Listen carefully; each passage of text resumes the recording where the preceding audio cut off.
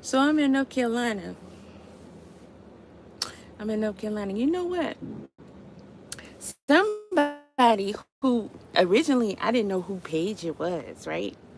But somebody from YouTube, I don't even remember what the post was, but there was a post on their TikTok, right? So I must have commented or something, I'm not sure. But it was called Goats TV. Some of you old heads know who that is, right? So I get an inbox that says, stay off my page, you funny looking bee. And then they blocked me, right? So I wouldn't reply. First of all, I'm not gonna reply to that because who you talking to? You're not talking to me. Um, so I'm saying, oh, you took time out to come over and say something like that in my inbox, and you know that's a violation of any platform. Oh, let me go ahead and report you. And miraculously, YouTube, not YouTube, TikTok found them in violation. I'm like, it's about time. It's about time because I get all kind of crazy inboxes, and TikTok will be like, that's not a violation. But yeah, like, first of all, boy, ain't nobody thinking about you. Second of all, I didn't know that was his page. I sure wouldn't even commented. Third of all, I know you ain't calling nobody funny looking because first of all, he's funny looking and his girl, she fat and funny looking, okay? I'm talking about fat and funny looking, not muscles, baby. Not muscles, not these. Not these. Funny looking. And fat with big old beady eyes, and then she hide behind the mic, the whole microphone situation. Be trying to, girl, we can see you still big as hell. But anywho, your man, you should put a leash on him or something. But I'm in North Carolina, y'all. Have y'all been watching J. Cole? Have you listened to J. Cole's album? I know my hair looking crazy. It's been raining the past couple of days, y'all. And, I'm working, so I'm working with what I'm working with. But I'm working. Okay. So let's just leave that there. Anywho, I'm in North Carolina. Okay, second time this week in North Carolina. And J. Cole, I've been paying attention to his page, and he's been doing like Sonic CDs, popping up and stuff. And he just did one. He was in what, Whiteville? He's in Fayetteville. Listen, I like the album. It's kind of reminiscent of Forest Hills Drive. Jay-Z took it back to the Ville. Shout out to him. I don't know if he was getting homesick or he felt like he just needed a shout out, where he grew up at. And a lot of the songs, I got to kind of get him a little bit more time, give it a little more try. But I like them all pretty much because that's talking about my city. And it's like, even though now Forest Hill Drive hit after hit after hit to where a lot of people can relate, it's only like a few of them that really, really are referencing Fayetteville, so much so that you have to be from there to really understand what he's talking about. But on this album, I feel like this whole album is really about Vietnam. And I'm like, okay, that's what's up. You came back with it. I seen, I think, a couple of videos, and he was at the market house and everything. Y'all, that market house is exactly what it's called. That's where they used to have, like, back in the slavery days, they used to sell slaves there. And all the neighboring towns would come to the market house, like on certain days, and, sell and swap their whatever they grew and stuff like that, or whatever they made and all that kind of stuff. But they definitely sold. Hey, y'all, hit the like, please. They sold slaves there. But Safety and Let Out is my two favorites. But the album is just, I mean, you gotta know. Listen, J. Cole's a little younger than me. Him and my son actually know each other. They pretty cool. But everything he's talking about is, we all know about that. You know what I mean? It's like, I guess any other city, like if you're not from there, a lot of the stuff, all the names he's shouting out. And listen, let me tell y'all something about Vietnam that y'all don't really understand. Like all the streets and neighborhoods that he calling out, All of them ain't no joke. I'm talking about all of them. All of them. And so I say, people, talk this shit about J. Cole, but you don't understand Vietnam, where we from. You really don't. Like when the beef came out and everything, he backed out or whatever. Man, I'm talking about shouting out. He shouted out way more neighborhoods than he.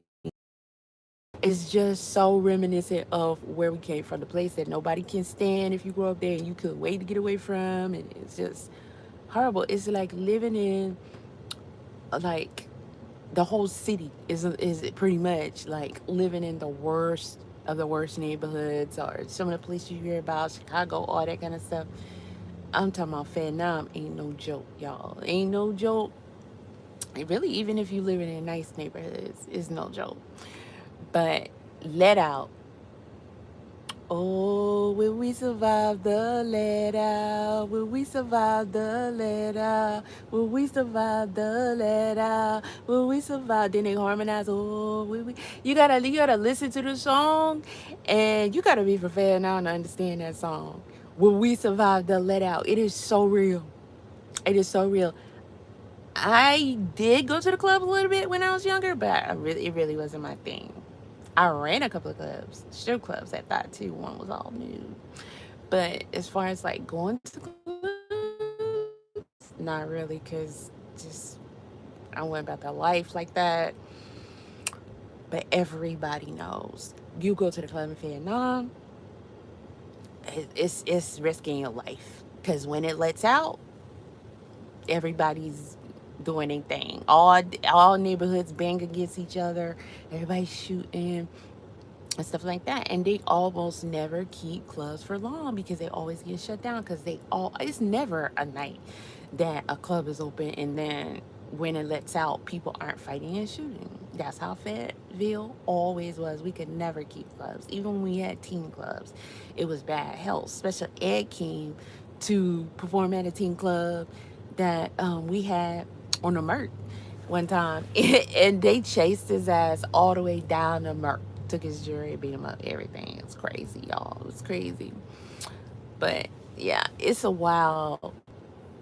Yeah, even the one where he talked about the friend who supposedly like wrote him a letter, but he in this letter he mentioned one of their friends that passed away, and he was asking J. Cole if he could come to the funeral. And he talking about the one on the Merc with it by the car lot and everything. Man, I know too many people that had a funeral there.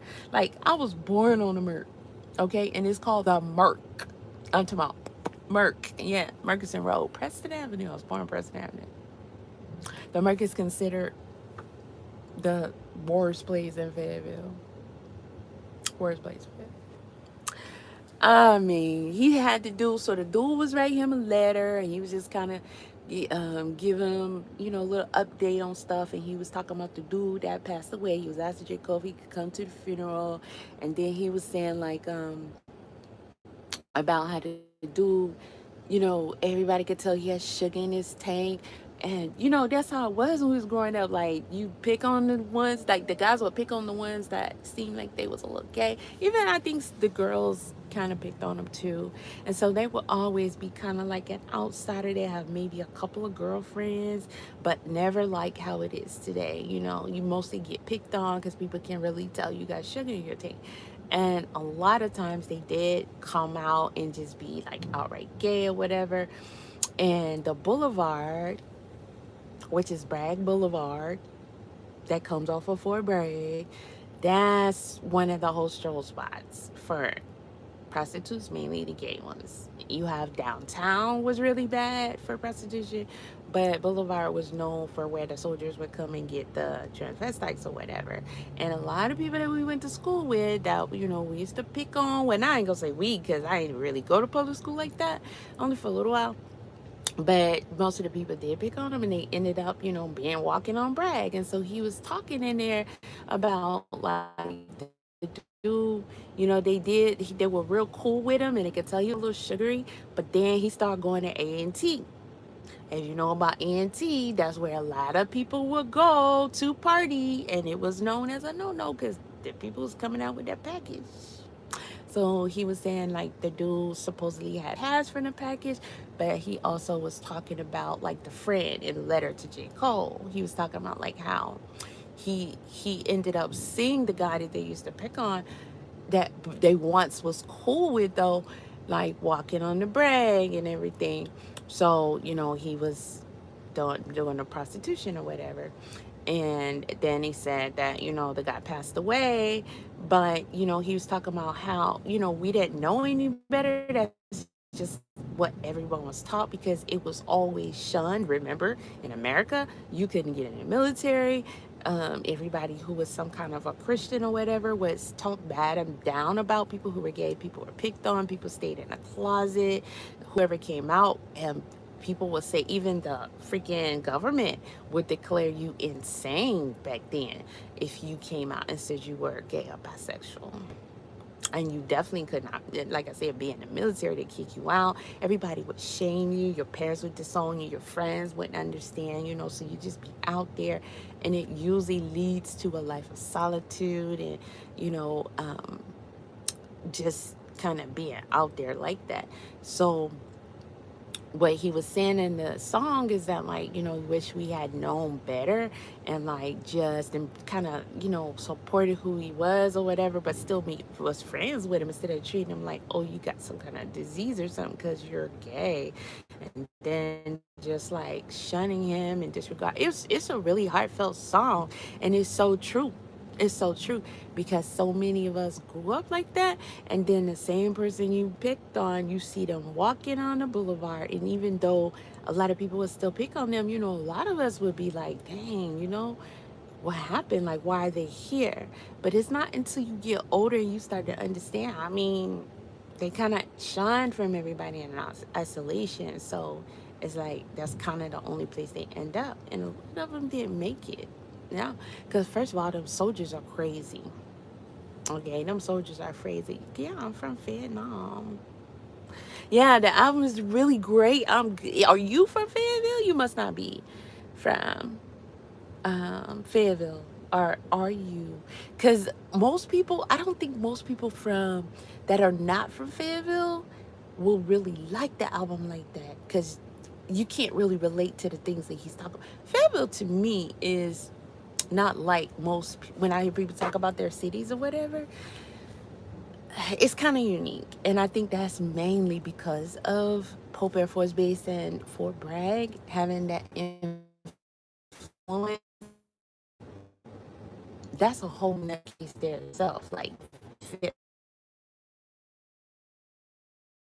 biggest bases, and they are known as one of the most insane dudes. I'm talking about these dudes, were notorious back in the day. Look it up, okay? Search your history for coming home and you find their wives buried in the backyard, okay? Because, they go away, they play. So, the women, I used to nanny for military wives, you know. So it be that kind of life. But yeah, he got a lot of storytelling in the album, and if you're from Fayetteville, even if you can't relate, like you didn't actually live that life per se, you know all about it. You know all about it because it was so common. And it's like, Fayetteville is just so wild to where most people didn't even know to think to get out, get out. You know what I mean? So if you were the type that wanted to get out of Fayetteville and you were determined to, and you try to do something about it, like, it was kind of rare, for especially like for J. Cole to get out and do all that. It's pretty doggone rare. I think he's like the only really big star from Fayetteville, for real. But a lot of people do get out, and then the majority just stay because that's just like, it's a condition like you cannot even freaking explain. But that could be the case in a lot of other places. I just know that Vietnam is rough. Okay, it's rough. It's rough. I'm talking about,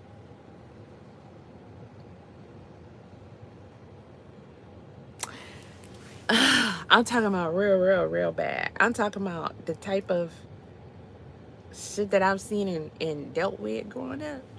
Man, I'm to this day considering books because they really can be movies. I'm telling you, there's a lot of stuff. I don't even know if it's a lot of stuff I should even be talking about. I'm talking about you grown as a child. I'm talking about you got bodies. A lot of people that come from Fayetteville, you got bodies. That's just by proxy.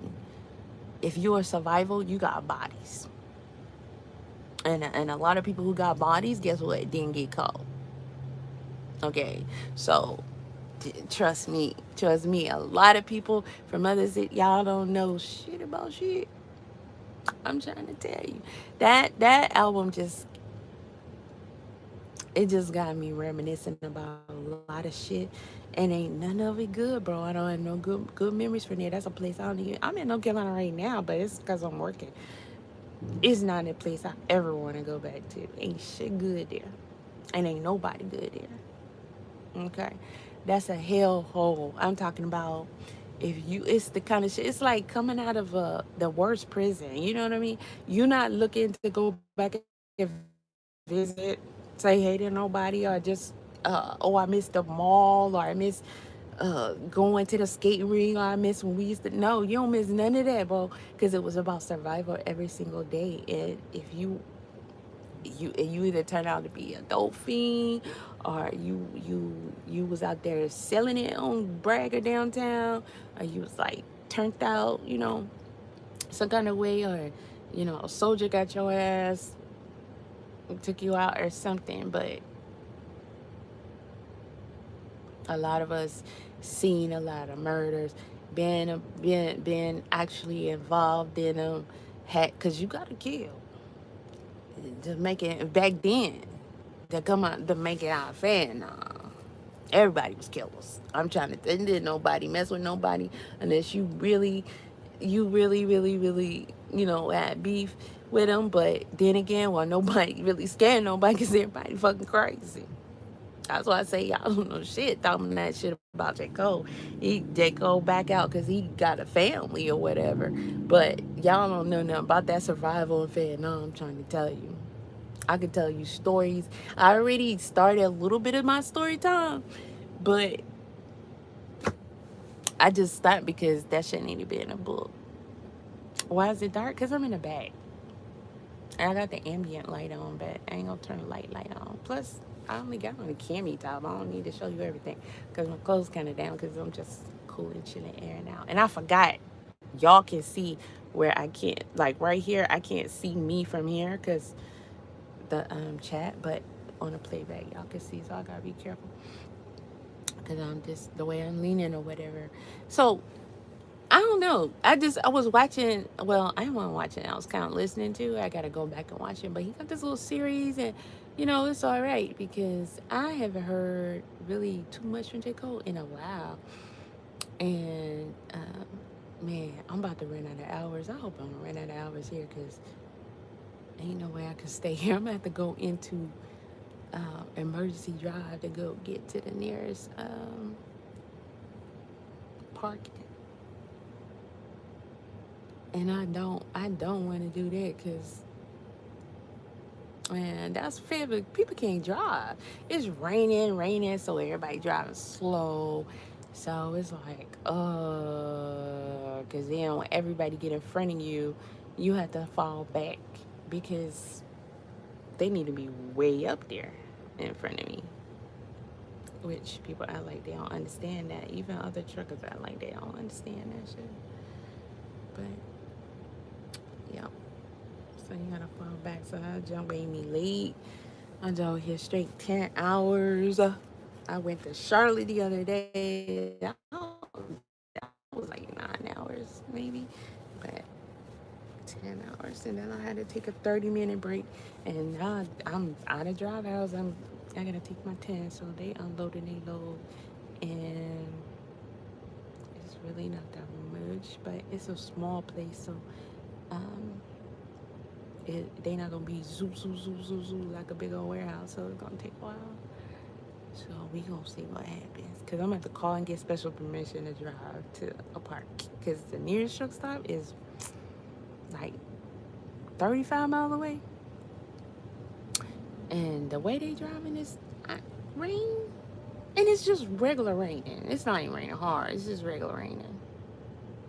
But they drive like, oh, we're gonna crash into each other if we do the speed limit or something like that. Then they be all in the left lane all slow or get in front of you and be all slow. I'm like, you don't get, listen, y'all, PSA. And I'm be saying this a lot now since I'm back in the truck. Stay away from trucks. Okay, I know people talk junk about truckers. You talk junk about trucks. Yeah, there's some booty holes out there. That's every category. Okay, you might go to the store, you get a nice clerk.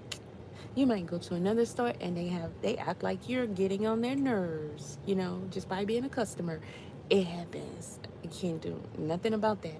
But what I can tell you that you have no idea what you don't want. This, my favorite saying from my grandma, I keep saying, it's the things you don't know that'll mess you up, okay? Y'all don't have no idea. Okay, it's so many things. It's so many things. And this is like driving a train, but it's on the road. Okay, and the max is supposed to be 80,000, but you have no idea how many trucks be over that or over that, and their brakes ain't all the way good, or they got a pop tire in the middle, or just something about the truck. You know what I mean? That or they sleepy as hell. Cause tell me, can you drive 10 hours straight?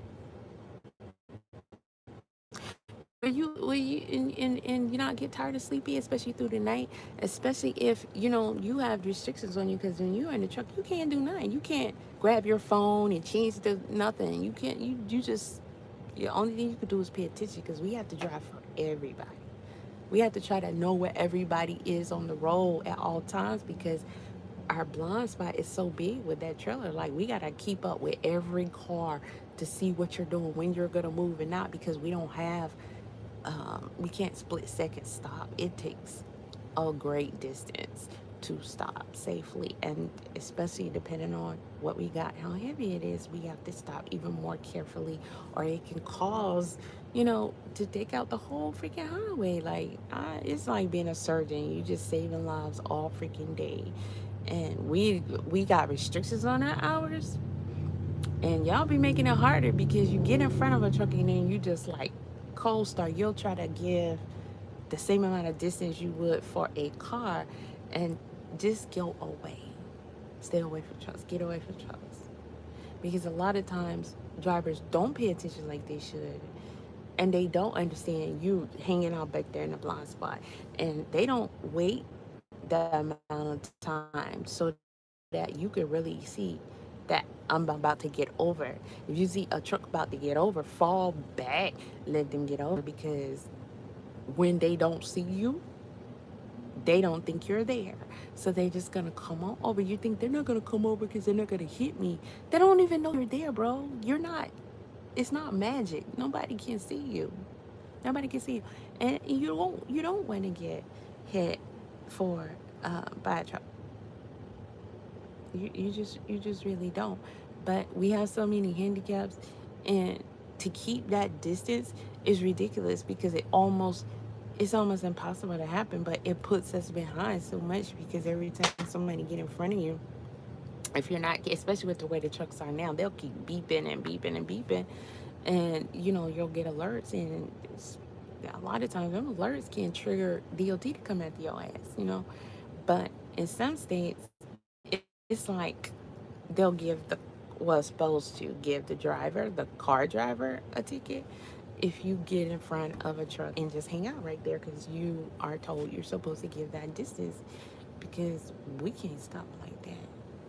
And what's crazy is what was happening this morning. Get close to, coming up on a red light, coming off the highway, and then everybody wants, because I got to make a left, so I'm in the left lane. So everybody wants to come around me because they feel like I'm going too slow. No, I got to fall back because people keep getting in front of me. So when you get in front of me, you're just hanging there Bro, that's not far enough away, because at my speed, I'm gonna run through you and everybody else up the highway. If you do something silly, or if you stop, or if I get too close or whatever, and try to stop. You can't just stop. No, you have to start stopping way back. Them fools coming around, getting in front of me, and we're coming up on a red light. I'm braking per my distance where I was. You're closing in the line. You're taking up all the space I need to properly brake. So that's why I said saving lives all day, because now I got to magically come to a stop and not run through y'all and not let this trailer come up and swipe everybody out. And that should be nerve-wracking. It be nerve-wracking because I don't understand. A lot of people really don't know how to drive, and they just I don't know what how they teaching when y'all go get your license. I don't know why you come in here and spamming my chat like that, but that's ridiculous, bro. But y'all gonna still do it. Oh, there you go. Hold on.